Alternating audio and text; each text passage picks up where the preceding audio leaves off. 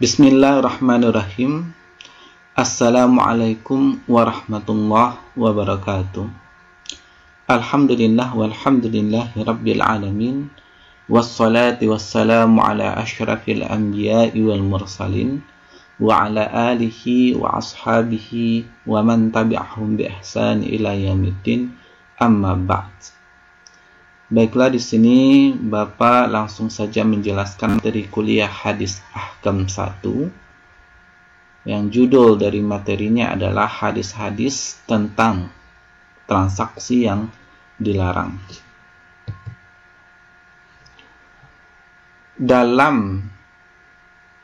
Pada zaman yang modern ini tidak jarang kita melakukan transaksi setiap harinya.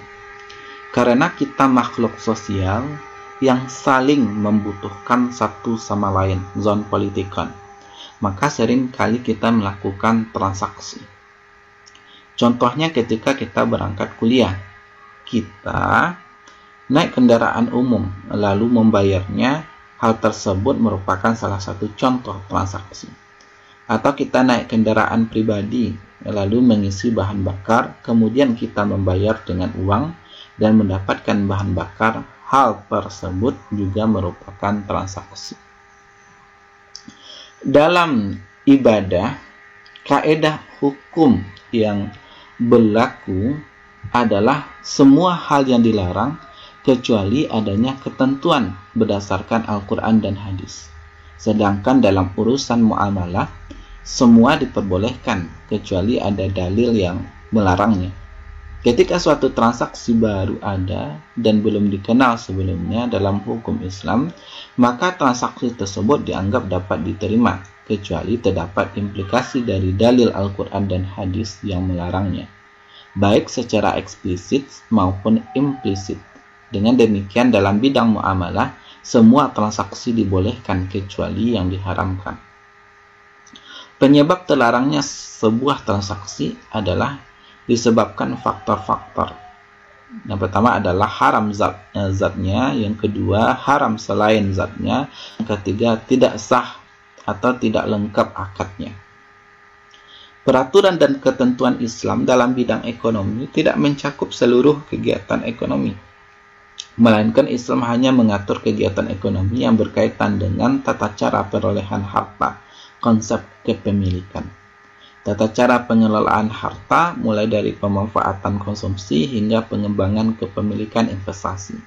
Dan tata cara pendistribusian harta di tengah-tengah masyarakat, sedangkan mengenai pengadaan serta produksi barang dan jasa Islam tidak mengatur ketentuan-ketentuan. Akan tetapi dalam menyerahkan sepenuhnya kepada manusia sesuai dengan adat kebiasaan yang berlaku selama tidak bertentangan dengan syarak. Dalam konteks ini, untuk memperoleh harta didasarkan atas prinsip bahwa tidak seorang pun yang mempunyai hak memperoleh keuntungan atas pengorbanan orang lain, dan transaksi yang diperolehnya hanyalah transaksi yang di dalamnya saling menguntungkan dengan cara yang adil. Ya, sebagaimana firman Allah, wala ta'kulu amwalakum bainakum bil batili wa tutlu biha ilal hukam litakulu fariqam min anwalin nas bil ismi wa antum ta'lamun.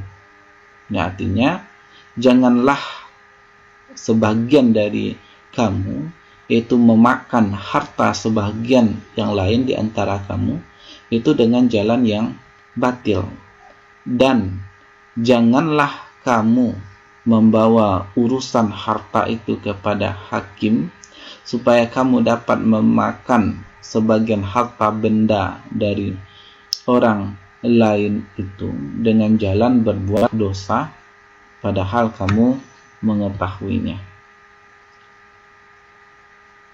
Ayat tersebut ini menjelaskan bahwa untuk memperoleh harta harus dilakukan atas dasar saling menguntungkan, sehingga dalam pelaksanaannya tidak menimbulkan kerugian terhadap pihak lain. Dan sebaliknya, harus menciptakan suasana yang rukun, saling tolong-menolong, dan bantu-membantu satu sama lainnya tanpa ada pemaksaan.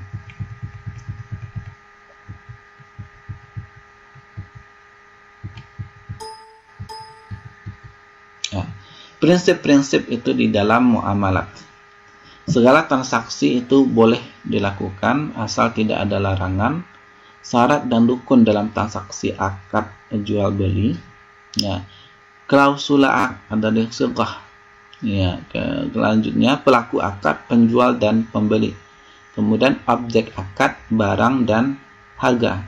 Ya. Akad jual beli dinyatakan tidak sah ketika unsur dari rukun dan syarat tersebut di atas tidak terpenuhi.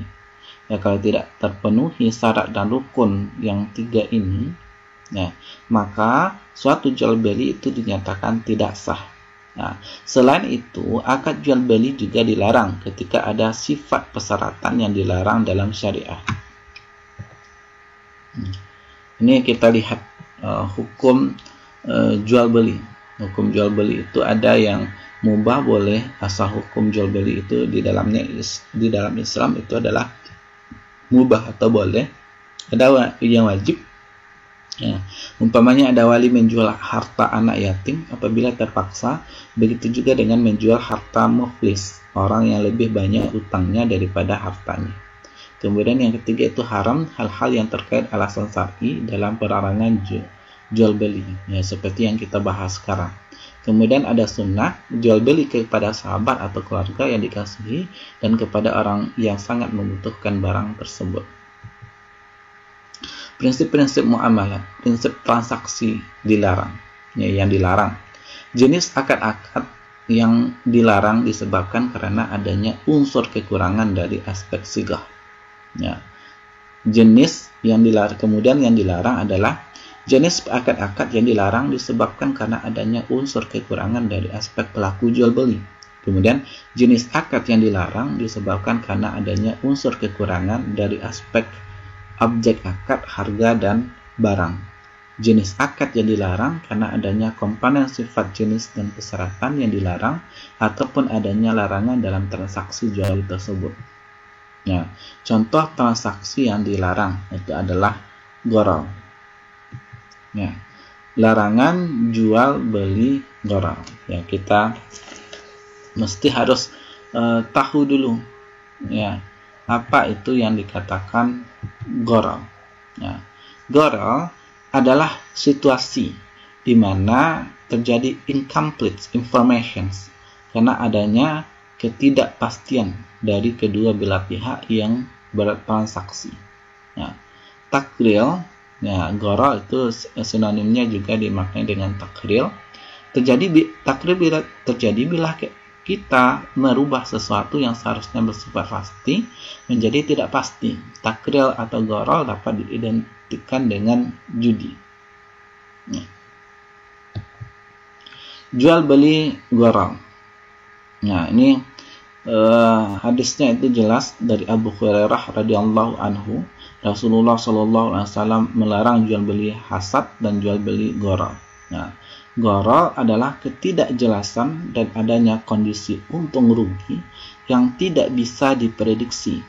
Contoh, penjual menjual barang dengan mengatakan kepada pembeli, silahkan kamu melempar dengan kerikil ini ke arah barang mana ya saja yang nanti barang yang terkena lemparan barang itu, ya, itu yang menjadi milikmu. Nah, gharar adalah transaksi bila si pembeli tidak mengetahui apa yang ia beli atau si penjual tidak mengetahui apa yang ia jual. Gharar suatu akad atau jual beli yang mengandung unsur penipuan dan keraguan yang bertujuan untuk merugikan pihak lain. Nah, gharar itu terbagi juga gharar yang fahish, gharar yang berat, yang mana boleh membatalkan akad jual beli. Gharar ini berlaku dalam dua keadaan, yaitu barang untuk proses jual beli tersebut tidak ada ketika akad dijalankan, dan yang kedua, barang yang diserahkan tidak memenuhi syarat atau ciri-ciri barang yang telah dipersetujui oleh kedua pihak. Ya.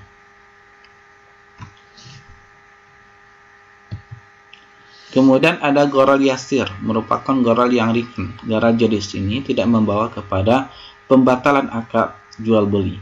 Proses jual beli ini masih boleh diteruskan dan sah menurut syarak. Nah, contoh di sini membeli buah-buah yang tidak dapat dilihat isinya seperti durian dan buah delima. Nah, kita lihat ya hukum jual beli gharar.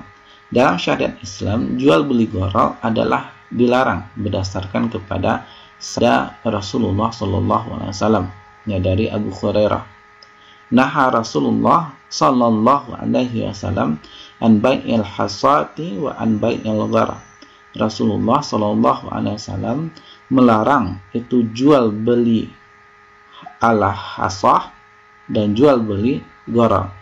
Melalui jual beli gharar ini terdapat unsur mengambil harta secara batil, sedangkan Allah melarang melakukan perkara tersebut dalam urusan jual beli. Nah, inilah yang gharar itu, takril, ketidakpastian. Nah, takril ini sinonim dari gharar itu adalah takril, ketidakpastian. Nah, yang awalnya barang itu pasti, ya karena takril ini barang itu menjadi tidak pasti. Nah, takril terjadi bila ketika merubah ya, sesuatu yang seharusnya bersifat pasti menjadi tidak pasti. Nah, contoh takril di sini adalah ketidakpastian, atau gharar di sini adalah ada takril dari segi kuantitas. Nah, seperti jual beli ijan, ada takril dalam segi kualitas, jual beli anak sapi dalam periode induknya, atau jual beli tanah masih dalam sengketa. Ada takril dalam hal harga, ada dua harga dalam satu akad.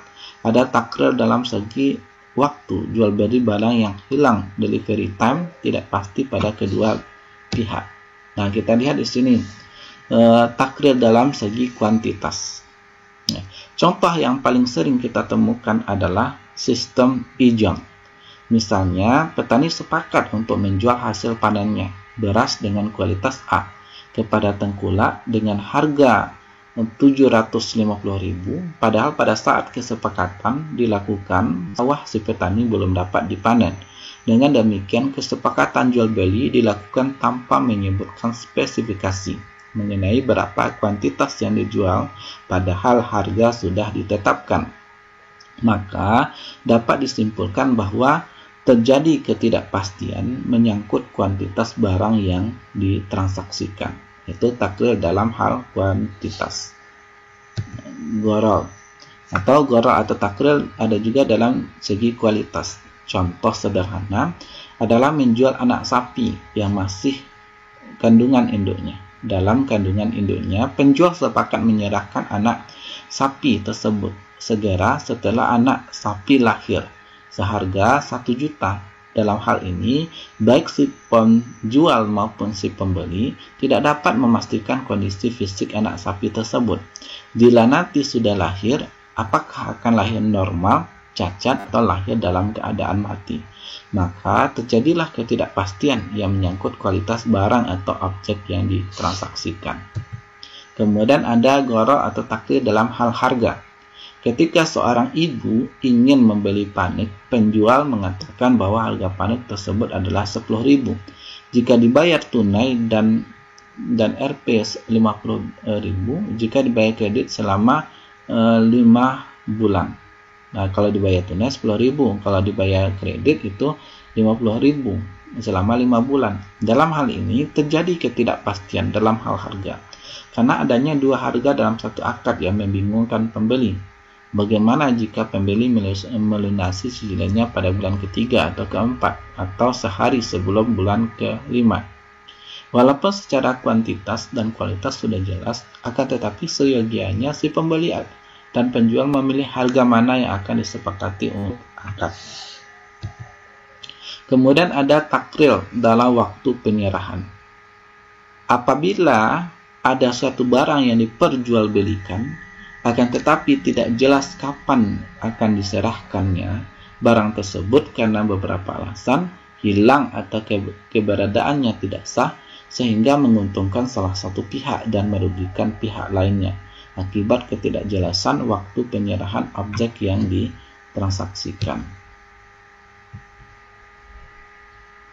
Ya, itu yang dikatakan sebagai gorol, dan bentuk-bentuk dari gorol itu sendiri. Kemudian kita lihat